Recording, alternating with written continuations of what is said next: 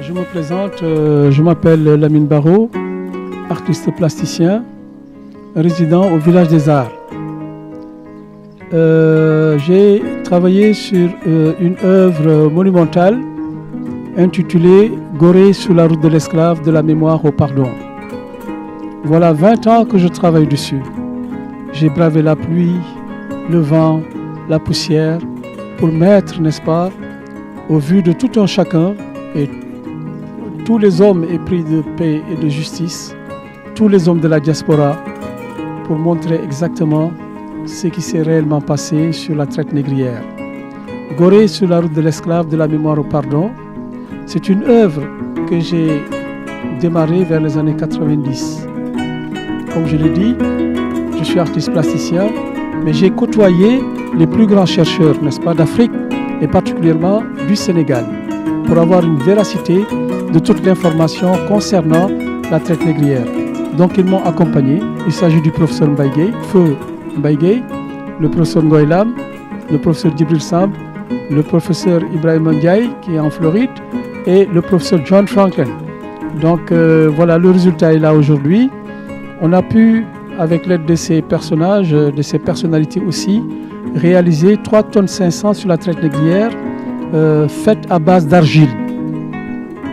Ça a été dur, difficile, parce que c'est un devoir de mémoire. L'Afrique aujourd'hui a besoin de comprendre son histoire. Gorée, c'est vrai, c'est un point de convergence où tous les esclaves venaient. Mais j'ai travaillé à partir du Saint-Louis du Sénégal jusqu'au Fouta Djallon. Et aujourd'hui, donc, j'ai le droit ou le devoir de montrer à ces jeunes de la diaspora du monde entier de ce que c'est que la traite négrière et montrer de manière pédagogique pour que les enfants puissent comprendre. C'est vrai qu'à Gorée, il n'y a que des vestiges. Ces vestiges, il suffit de voir les enfants écouter les belles leçons qu'ils vont apprendre là-bas, mais en sortant, ils oublient. Donc aujourd'hui, l'objectif, c'est de permettre aux professeurs d'histoire et aux jeunes qui veulent comprendre la traite négrière comment ça s'est réellement passé.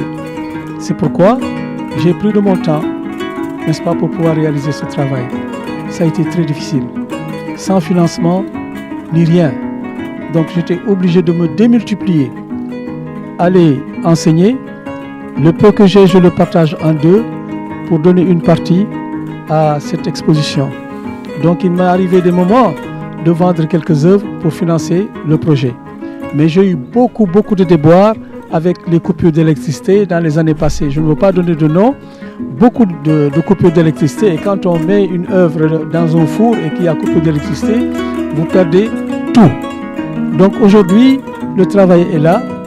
Il faut pour exposer ce travail 800 mètres carrés pour installer tout ce travail. Et ça a été très difficile. Ça, je n'en disconviens pas. Mais je remercie au passage Feu Joe Wakam qui chaque semaine venait 2 fois me voir pour m'accompagner là ici aussi, pour me demander d'avoir tout le courage et de pouvoir vraiment montrer ce travail à la population sénégalaise. Aujourd'hui, le travail est là. J'ai énormément de difficultés, n'est-ce pas, pour protéger ce patrimoine. Le patrimoine est plus ou moins en danger. Quand il pleut, je ne dors pas la nuit. Je suis des fois tenu de venir pour voir si le secteur n'est pas inondé. Hein? Vraiment, je demande aujourd'hui à l'État ou aux autorités ou aux amis de la diaspora de m'aider à mettre en place un musée de mémoire, n'est-ce pas, pour permettre aujourd'hui à tout un chacun de venir voir, visiter, partager le travail qu'on a pu réaliser ici. Donc, je demande l'aide de tout un chacun. Et vraiment, je n'ai plus de mots à dire. Le travail est là, vous verrez les images qui parlent. Et c'est un travail unique en Afrique. Donc j'ai eu la chance de partager ces connaissances avec des jeunes de WARC, des jeunes américains qui viennent comprendre leur histoire. J'ai eu la chance aussi d'être invité à Chicago par le maire et les autorités de Chicago pour montrer ce travail dans les universités. Et la toute dernière a été à l'université de New York pour présenter ce travail aussi aux différentes personnalités de l'université américaine. Donc il est là, Et voilà, je demande vraiment une aide particulière pour pouvoir terminer ce travail et montrer particulièrement à la jeunesse ce qu'ils méritent de voir. Vraiment, je demande aujourd'hui à l'État ou aux autorités ou aux amis de la diaspora de m'aider à mettre en place un musée. Donc aujourd'hui, tous les étrangers qui nous viennent de l'extérieur peuvent habiter dans le musée, se ressourcer et apporter aussi leur pierre angulaire. Ça va être un village, vous aurez des moutons, des chèvres, des poulets se promener. Vous aurez aussi des coins où vous pourrez méditer et comprendre exactement ce qui s'est réellement passé sur la traite négrière.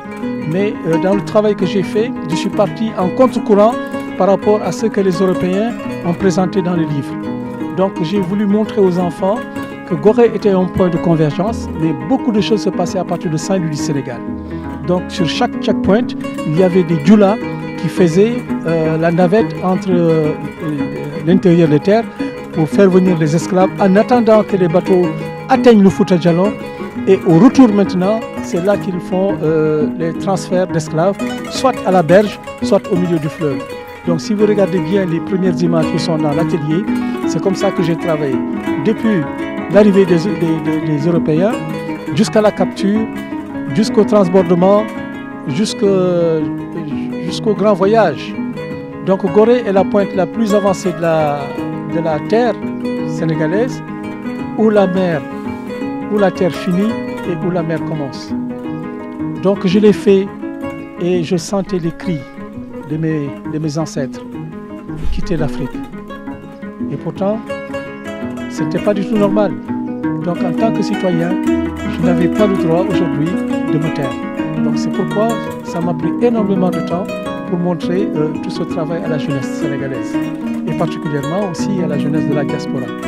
Donc le travail est là, donc je ne refuse pas les propositions qu'on peut nous faire à ce niveau.